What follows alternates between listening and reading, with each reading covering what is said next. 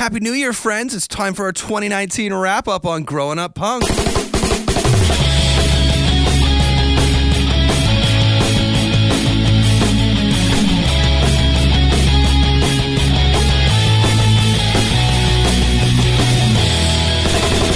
Done, Sauce? You did it? I done it. He's in the game? I'm always playing, bro.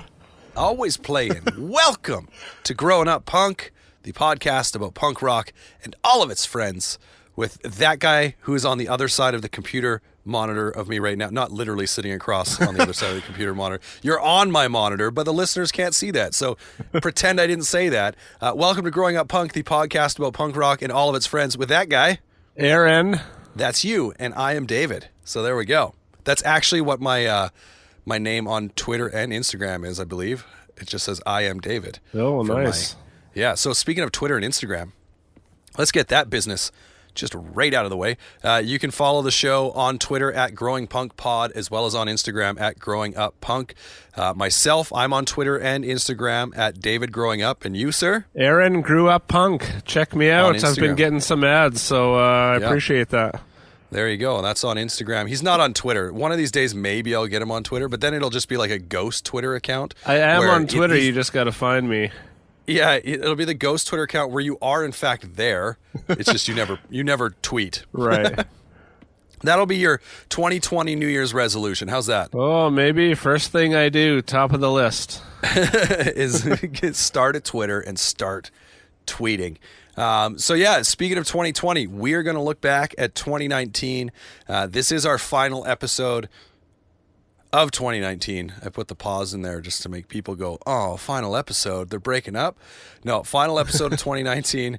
So we're gonna do we've each prepared a top 10 of the year of albums that fall somewhere under the punk rock umbrella tree, because I know you were complaining about how your actual number one album wasn't a punk album. So you just came up with a list of top 10 punk rock or punk rock related albums. So we'll get into that.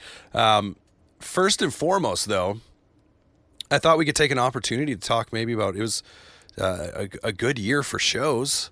Did you have a favorite concert that you went to this year? I'm going to have to go with the Interrupters. Unfortunately, it possibly might have been the Descendants had a snowstorm not blocked me from going. Yeah.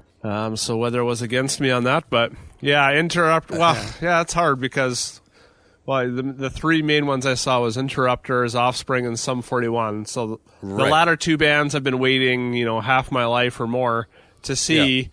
However, there's just something really special about the Interrupters, and so it's a hard pick. The Interrupters, I guess I'll go with that one because the crowd was way less obnoxious. Maybe that had to do with the fact was there was more children there than there was drunk, 30-year-olds. So that might have played a part in it. Yeah. You mean the crowd was less obnoxious than an Offspring show? What? Yeah, somehow that's a possibility. Who knew? Yeah. So the Interrupters were definitely up there for myself as well, but just for the sake of talking about more than one band that we saw live this year, I think I'm actually going to say, in a similar sense, I think, to what you're saying about the Offspring and Sum 41, like waiting a long time to see them. I think I'm going to say the same thing about my favorite show of the year, which was the Appleseed Cast. I'd been waiting for, and they were a band that up until I actually saw them, I didn't think I'd have the opportunity to ever see, right? Like, and considering they came up here and they played in a room of, maybe there was 100 people there. Like, that's the crazy thing, right? Like, that they would actually tour up here. And, I don't know if the crowds were like that every night, but it was definitely kind of one of those, what's it called? Like shows that I've always wanted to see and got to check it off the list. So that was pretty awesome. But yes, there's no doubting and no arguing that the Interrupters put on a fantastic show. Yeah. So that was pretty awesome. So, as I mentioned before, how we are going to do this is we are going to go through numbers 10 through 6 first. We're going to kind of go through them in a bit of a rapid fire order.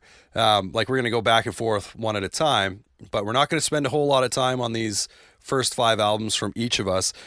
So, sir, why don't you fire away with your number 10? Yeah, so mine was by a band that has been around for many years and has put out lots of albums, and I've listened to them all, and I haven't overly loved any of them, but I really enjoyed their newest one, and that's from the band Bayside. Okay, and yeah. I'm going to butcher the name of the album, but Interrobang, or however you say that word. All right, well, we'll let it be what it is. I don't know how to say it either. My number 10 is also a band that's been around for a while.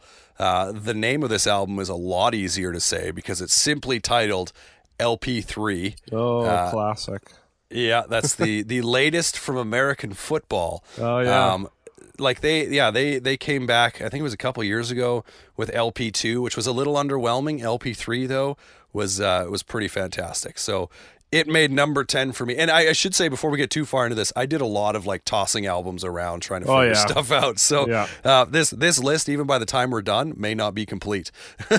So what's your number 9? Number 9, I got the latest from Strung Out. So another band I've been listening to for many years. However, I have loved many of their albums and continue to love them. And so it was hard to put them down that low because I still love them so much. But as with my favorites every year, it's often not necessarily what I think is the best album musically, but what's gotten the most plays. Yeah. And that one just didn't get as many plays for whatever reason. So, but still a fantastic album. That's fair.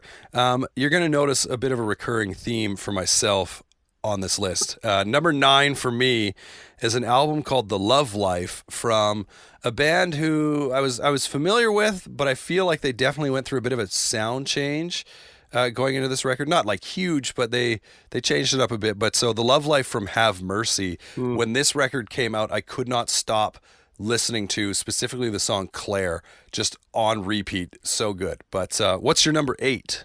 Number 8, I have Jimmy Eat World, Surviving. Nice.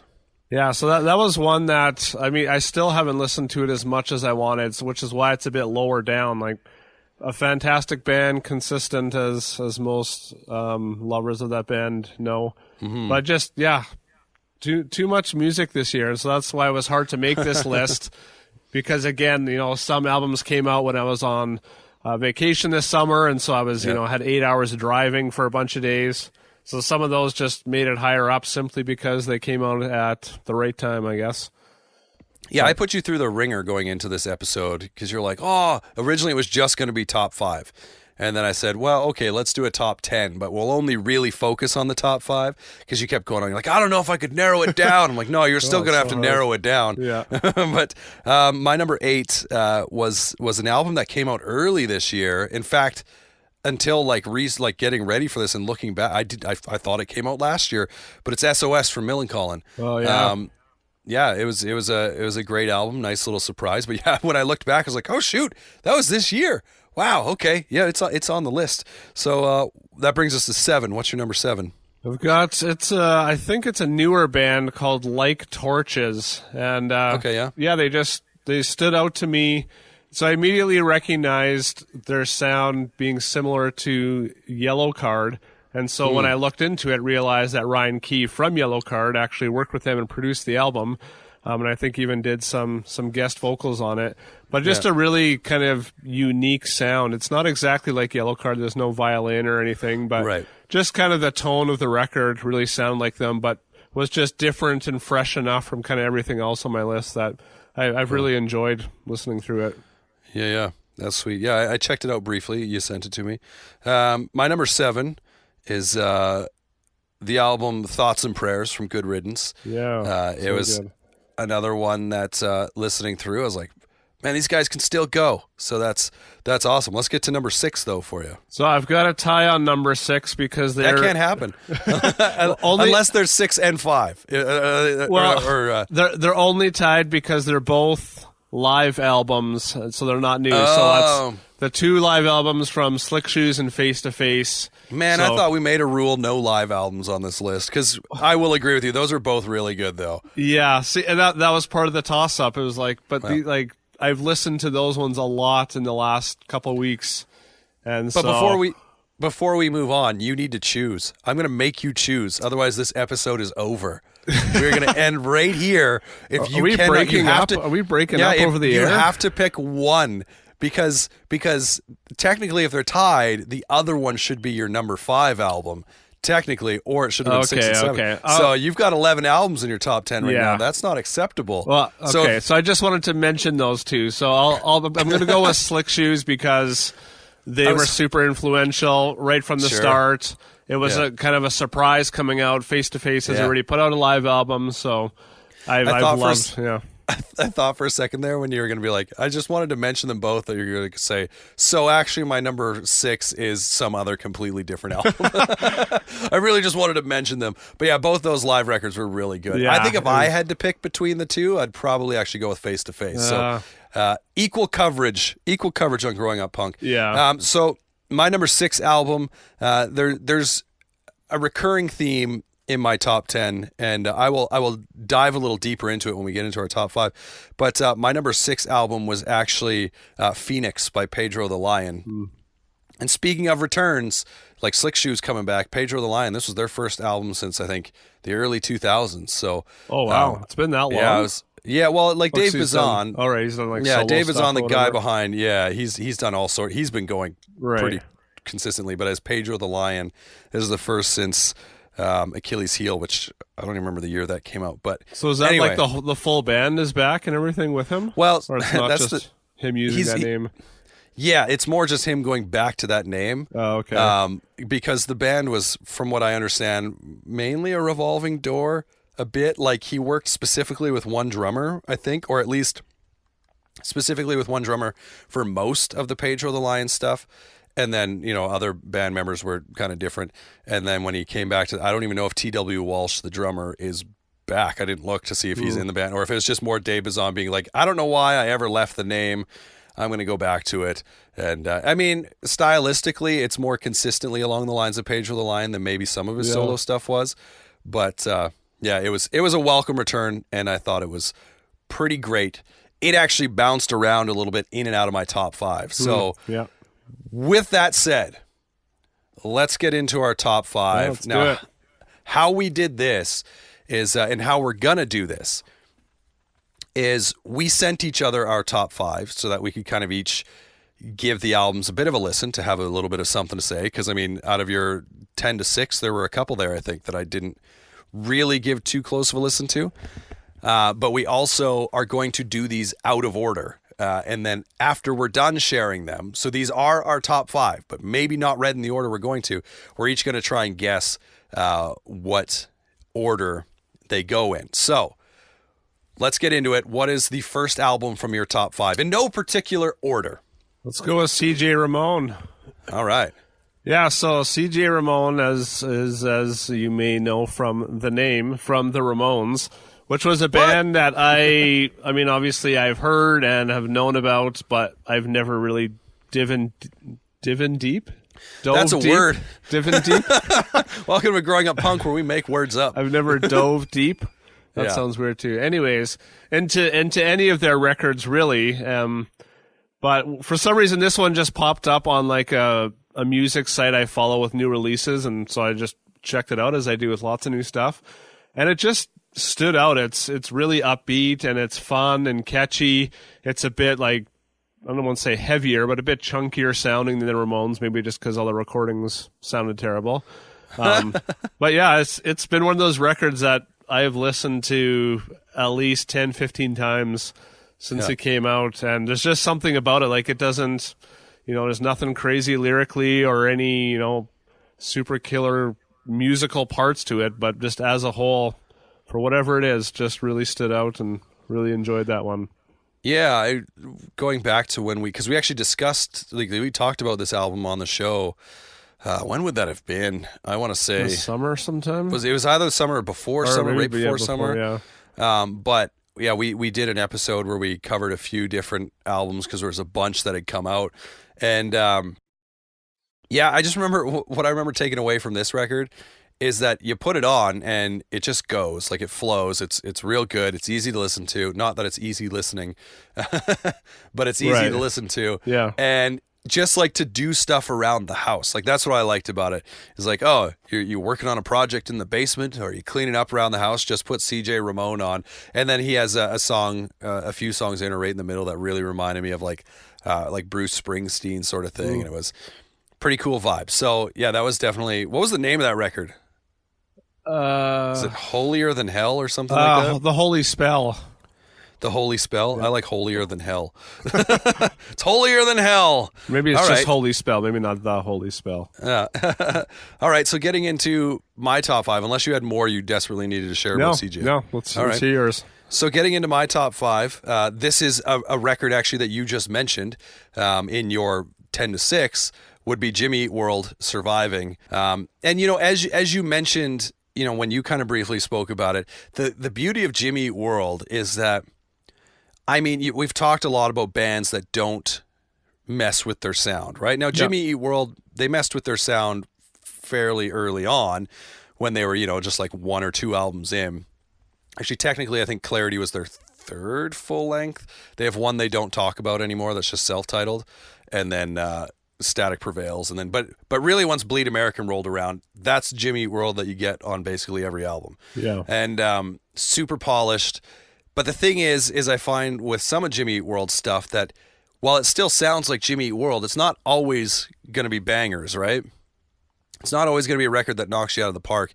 But I thought Surviving was an excellent return to like Jimmy Eat World that can just like, you just put it on, you go, oh, this is really good. Yeah. And I immediately think about a buddy of mine who in fact, first time I saw Jimmy Eat World was with him. And he doesn't really listen to a ton of new music. And not that Jimmy Eat World's new music, but I told him, I was like, dude, go listen to this. And he's like, man, we'll see. And then finally he put it on. He's like, yeah, it's good. And then he messages me like 2 hours later, still listening to it. He's like, actually, it's really good. Yeah. So I was like, yeah. So Jimmy Eat World, Surviving. I don't know that you need to share a whole lot on it. You did share some brief thoughts earlier, but if you had anything you wanted to add.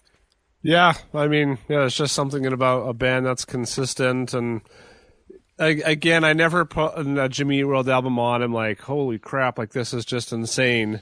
But it's maybe I don't think they're going for that, and maybe I just don't know how to appreciate their sound as much. But yeah, love that band for sure. They do have moments I find that are like all of a sudden like I had this conversation briefly online with the guys from Jimmy Eat Pod about how like Get It Faster.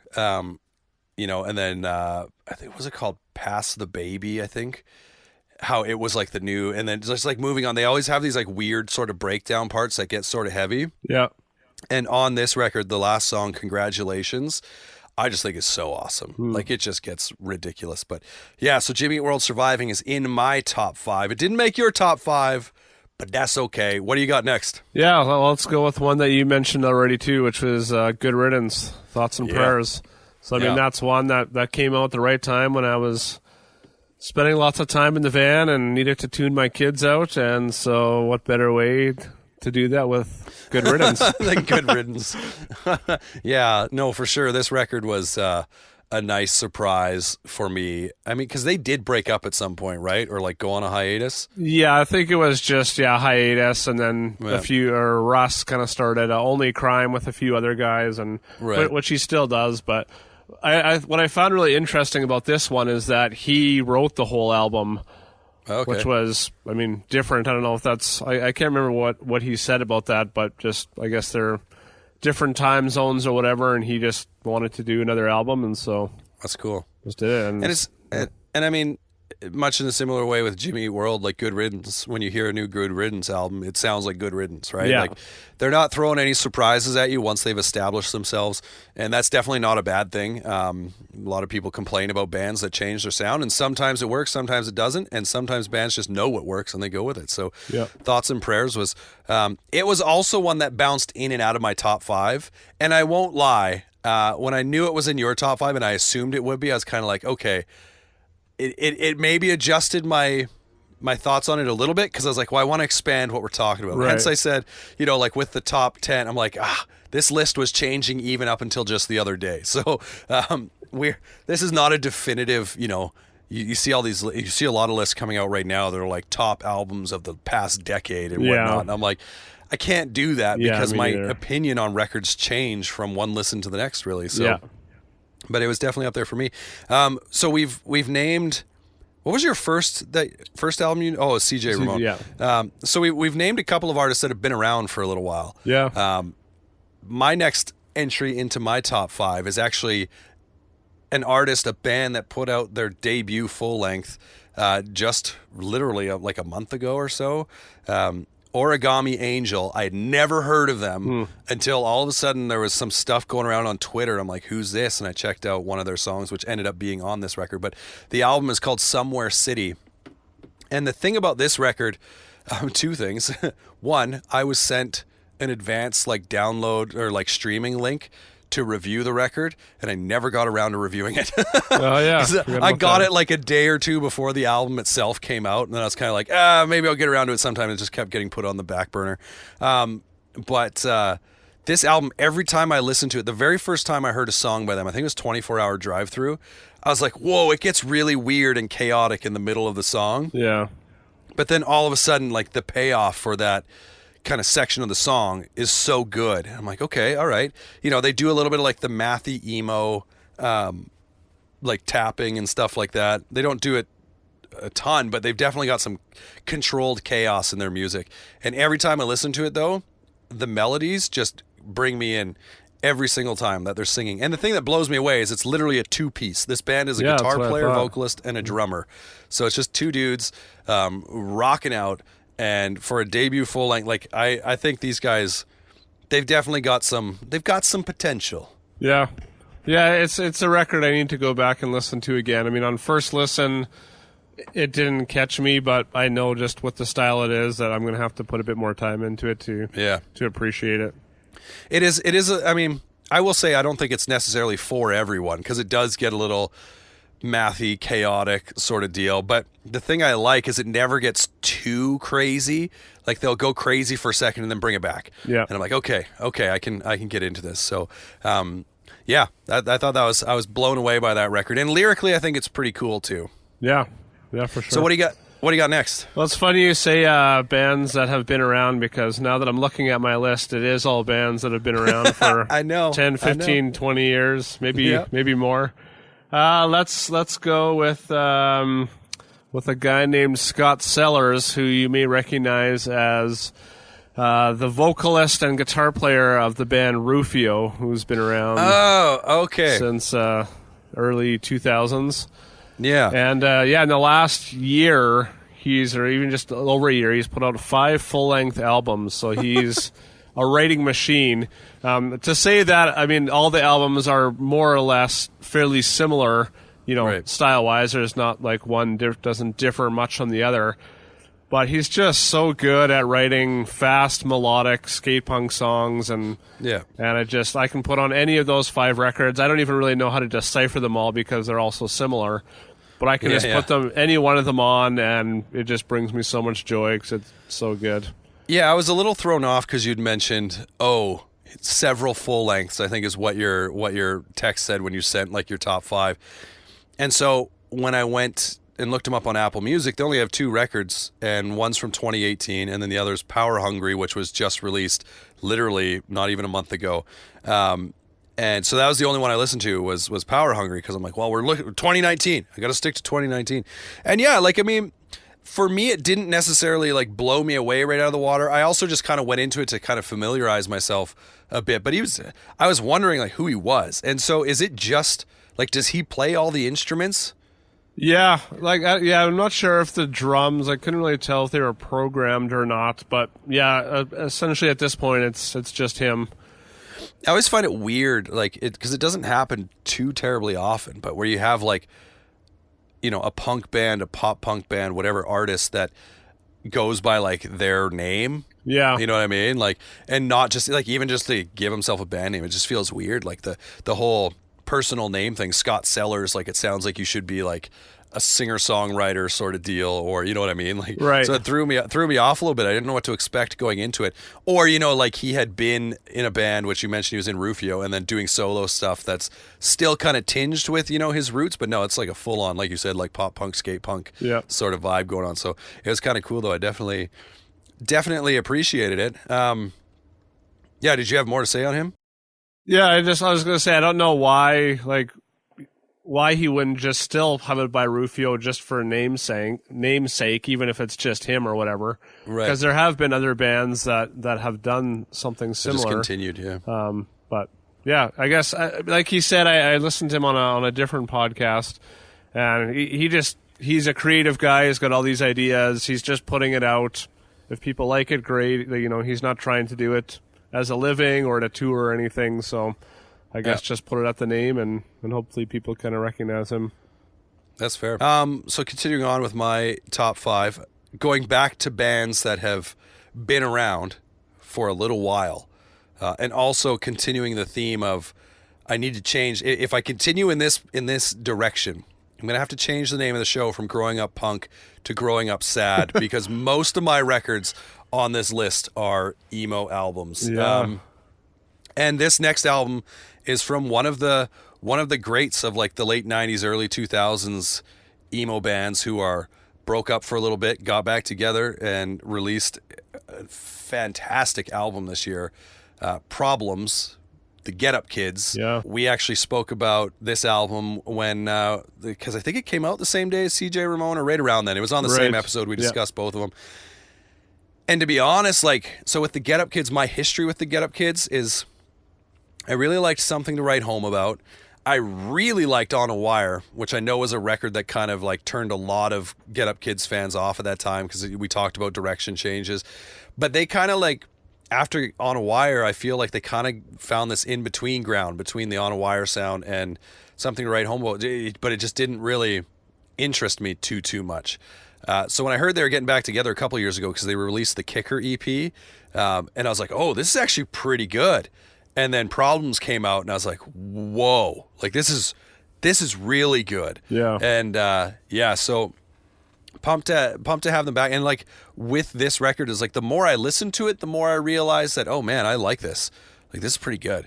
So yeah, Get Up Kids, they've kind of climbed that list back for me a little bit, going oh, I want to listen to them more often, when I kind of they were one of those bands that was just few and far between that I'd listen. Yeah, and so this band didn't make my list. However, they did make it onto my best of 2019 mix CD that I made. Oh, which song? Oh, good. I think it's track 1. Satellite. That's a good track. Yeah, Satellite. Yeah. So I guess it's the top emo track of the year because that was maybe the only emo-ish album I really gave a full listen to. That's fair. So it was. I really liked it. So what do we got next in your top 5? Because I think we should have 2 left each. Is 2. That right? Yeah. So I'll do another one that you mentioned before, which is Millencolin. Again, another band that has been consistent for decades and just brings me so much joy. Every time I put a record of theirs on, doesn't even really matter which record, but the last few of theirs for sure have been up there. And so I just love that they're still going at it and still staying true to their sound, but still staying, unique enough that it's not redundant.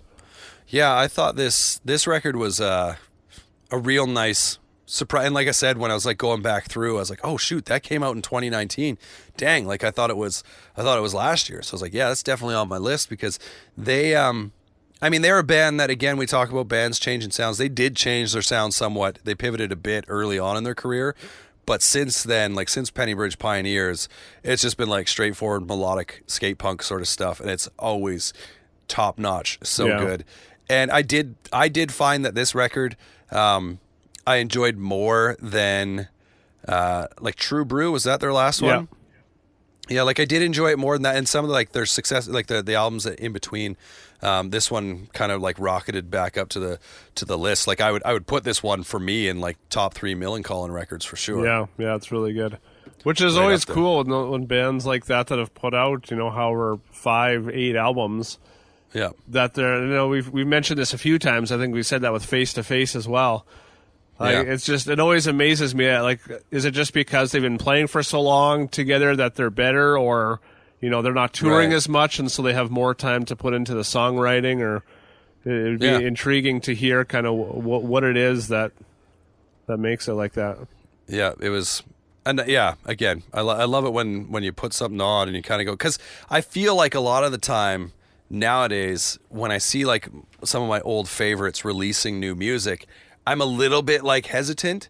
So like this year was incredibly like impressive for me, and the number of artists that like, whether it was making a return or have been releasing music, you know, fairly consistently, but all of a sudden just hitting that stride again. 2019, I think, was a big year for that, which Definitely. at the same point could be a little sad in that I wasn't discovering a ton of new stuff that was blowing me away. There was some good stuff along the way, but for sure, this year for me was a year of oldie goldies. That's a terrible phrase to use. The classics, you know, the staples coming back with fantastic albums. So, did you have more to say about Millencolin? Killer band that I missed seeing live a few years ago, and I'm still bummed about it. That's fair. I did see them live a few years ago. So good. Fantastic show. Yeah. That's actually what got me back on board with Millencolin to begin with. Okay, so moving on to my next one. This is a band that's been around for a few years now, but they are not, you know, originals. That's not a good phrase either. It's all original members in this band. You know what I mean? They're not guys who have been around for too terribly long. But the album that I am about to heap praise onto is called Breathe, and it's Tiny Moving Parts. Tiny moving parts for me have become a band where they almost like snuck up on me and like grew into my favorite like current generation band. Alongside like initially for me getting back into this whole like pop punk emo sort of stuff, like what's going on now. A lot of that earlier stuff would have been like Wonder Years, which actually you can't see it, but I'm wearing a Wonder Years t-shirt right now. You know, bands like that. But Tiny Moving Parts with their album last year, Caution, it made my top 5 this year. They made my top 5 again.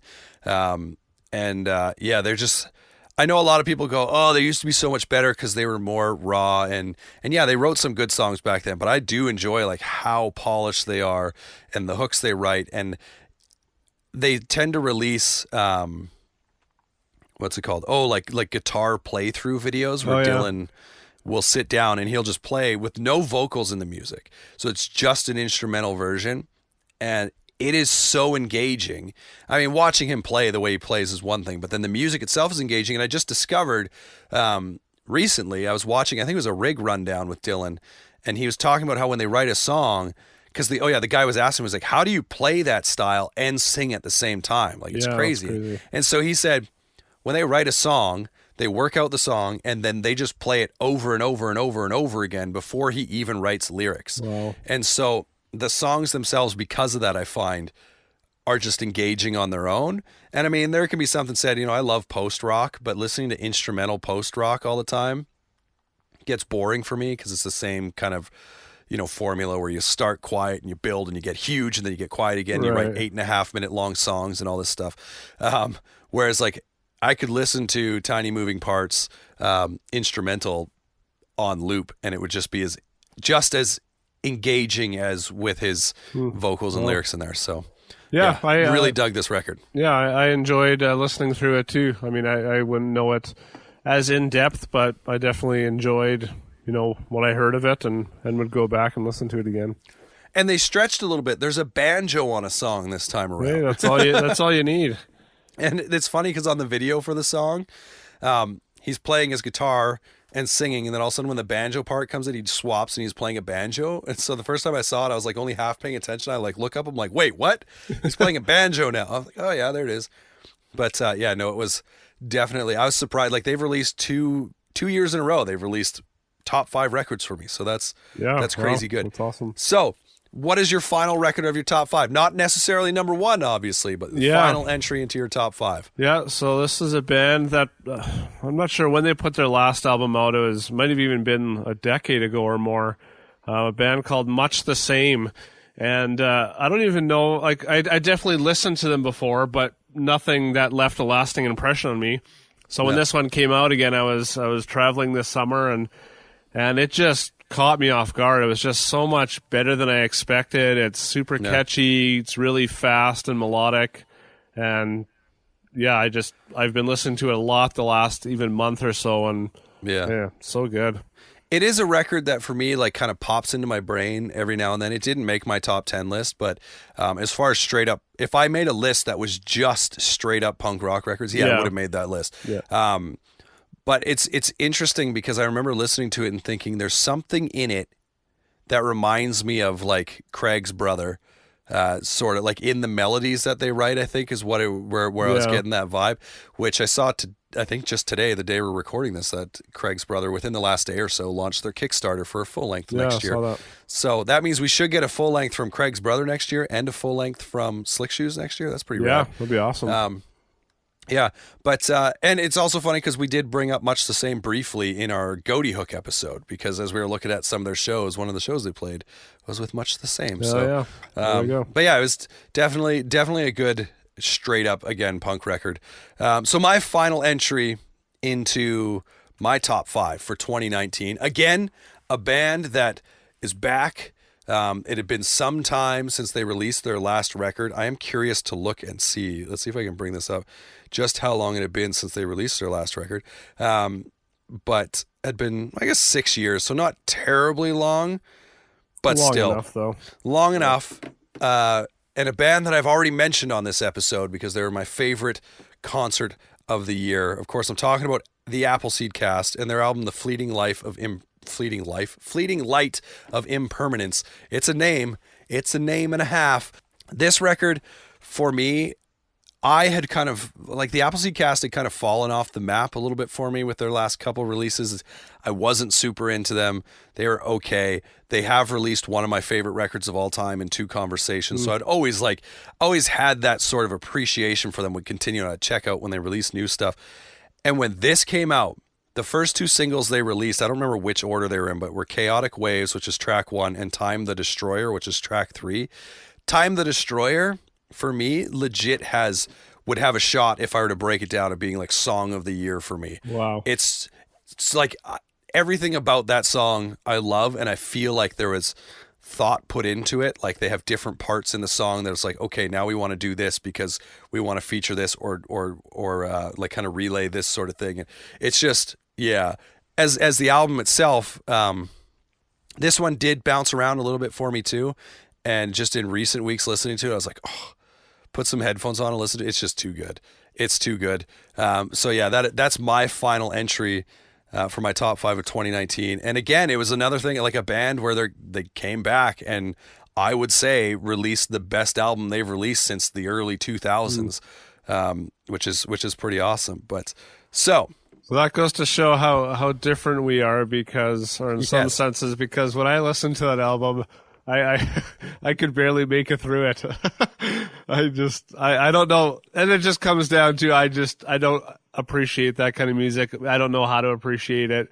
I put it on and I'm like, I need to put on a punk record because. So, well, that was the thing I liked about this record, is there was quite a bit of variance on it. Like they started working with some synths more and stuff like that. But like the Appleseed Cast is a band that changed the way I look at playing guitar. Like it changed from me being just like, oh, I just want to play punk songs, to going, wait, what are we doing here?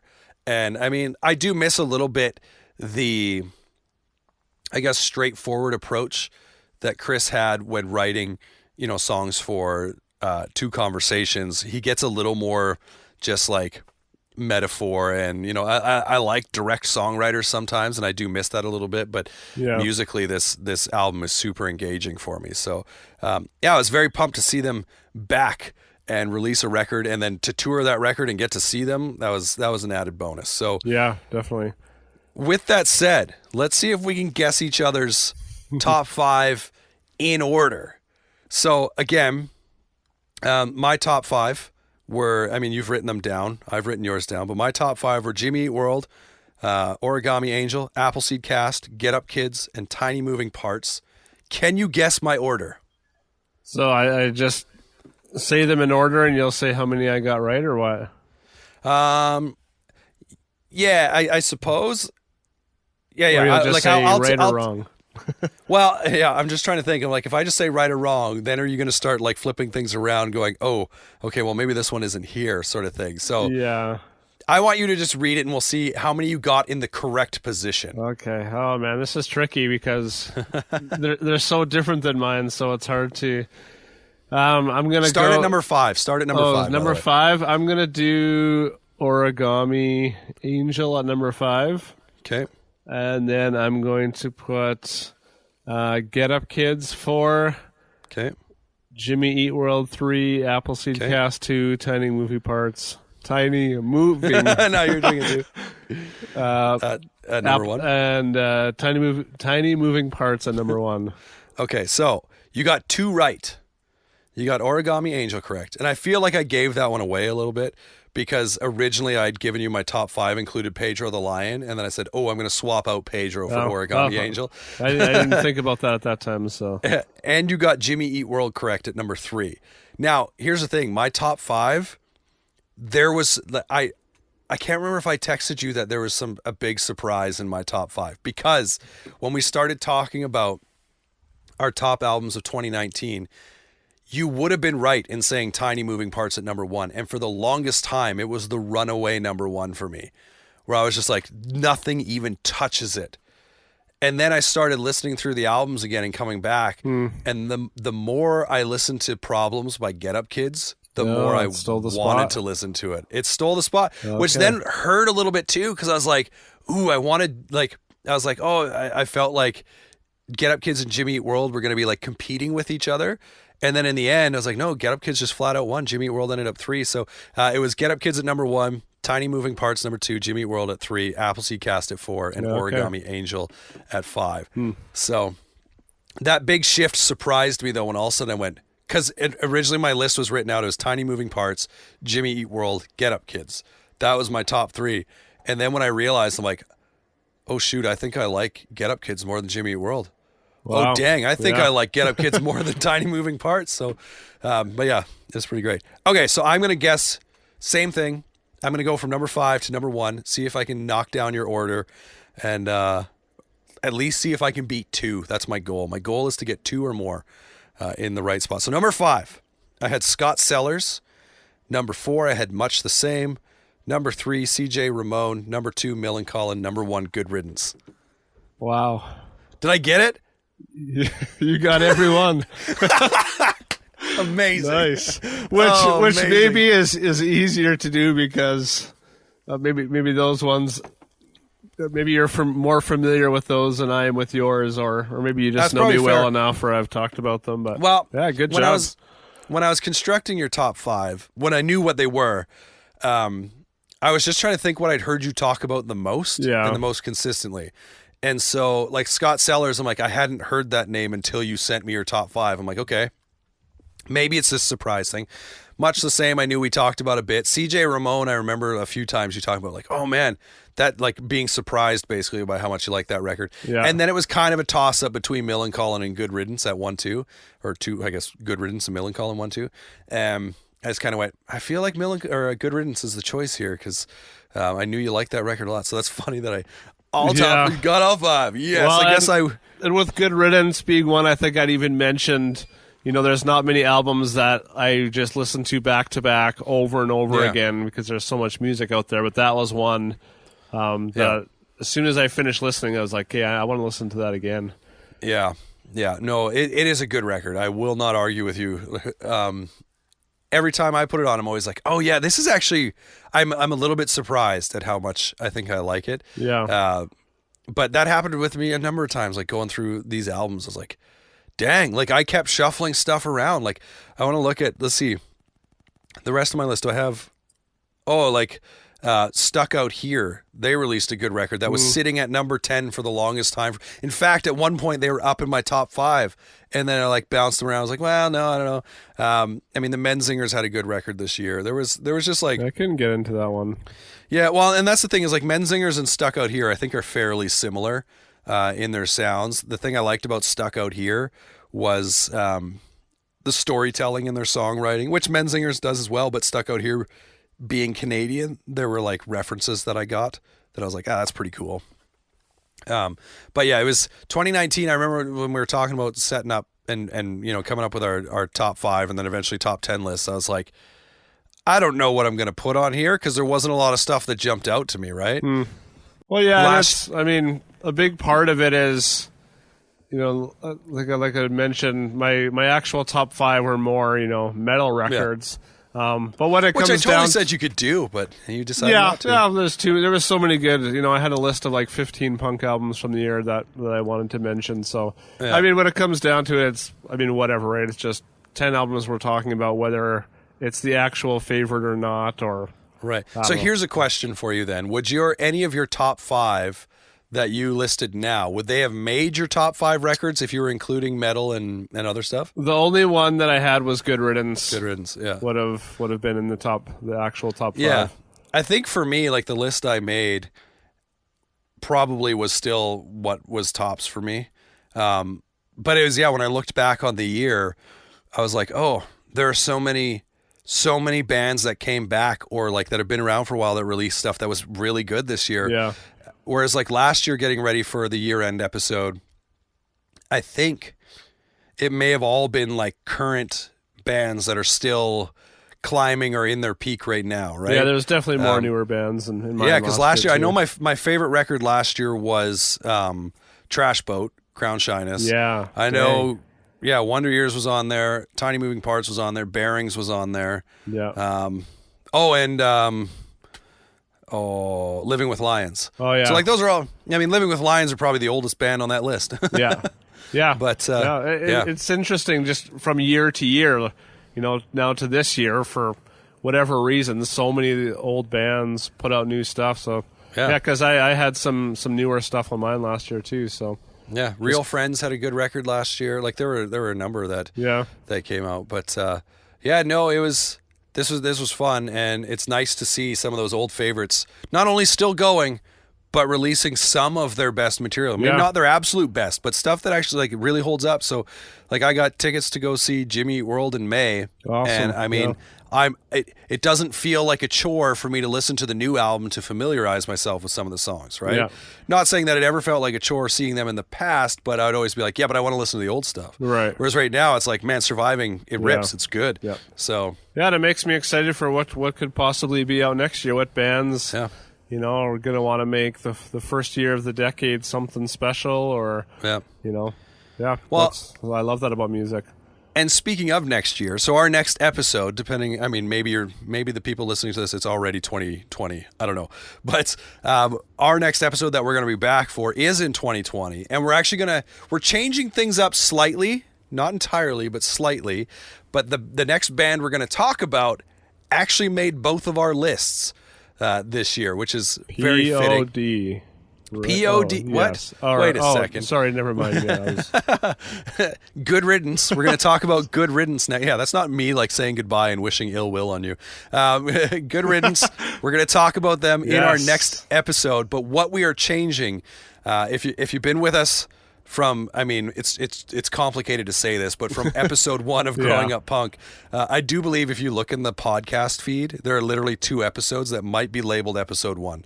I may have relabeled one, but there was an interview I did that was initially labeled episode 1 with Matt from Junior. I think I've since renamed that to just an interview. But if you've been with us since episode 1 of Growing Up Punk, you'd know we talk about bands and their entire discographies typically. Some of these bands, that gets tricky. Specifically, like we just did Pennywise, we still approached it that way. But I thought, let's do something that provides a little more in-depth looks at specific things. And so we decided what we would do is we would talk about 2 albums from one band. We'd each pick an album from a band's library. Yeah. So next episode, we're going to talk about Good Riddance. My pick for Good Riddance was Symptoms of a Leveling Spirit. And what's your pick? Ballads of the Revolution. Right. And so what we're going to do is we're going to discuss these 2 albums. And I don't know that we're necessarily going to try and convince each other as to which one is better, because for all I know, you may like Symptoms more, and I just picked it first, so you had to pick something else. But then at the end of the episode, I think we'll each pick which album we prefer or what have you. And maybe that changes from going in and then giving it a closer listen. Maybe it doesn't. Who knows? But I think that's probably how we're going to do things going forward, is like looking specifically at just 2 albums from a band, which also means we may visit a band more than once. We could come back to Good Riddance down the road and go, well, now let's talk about, Operation Phoenix, and I can't remember another album title off the top of my head right now, but that sort of thing. So that is what we're going to do. Next up is Good Riddance, Ballads, and Symptoms of a Leveling Spirit. Yeah, man, it's going to be awesome.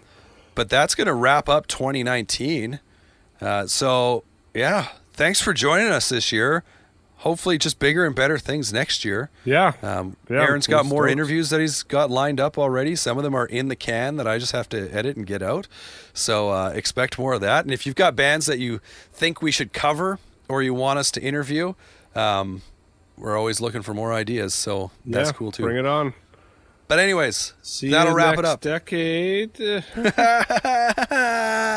Adios.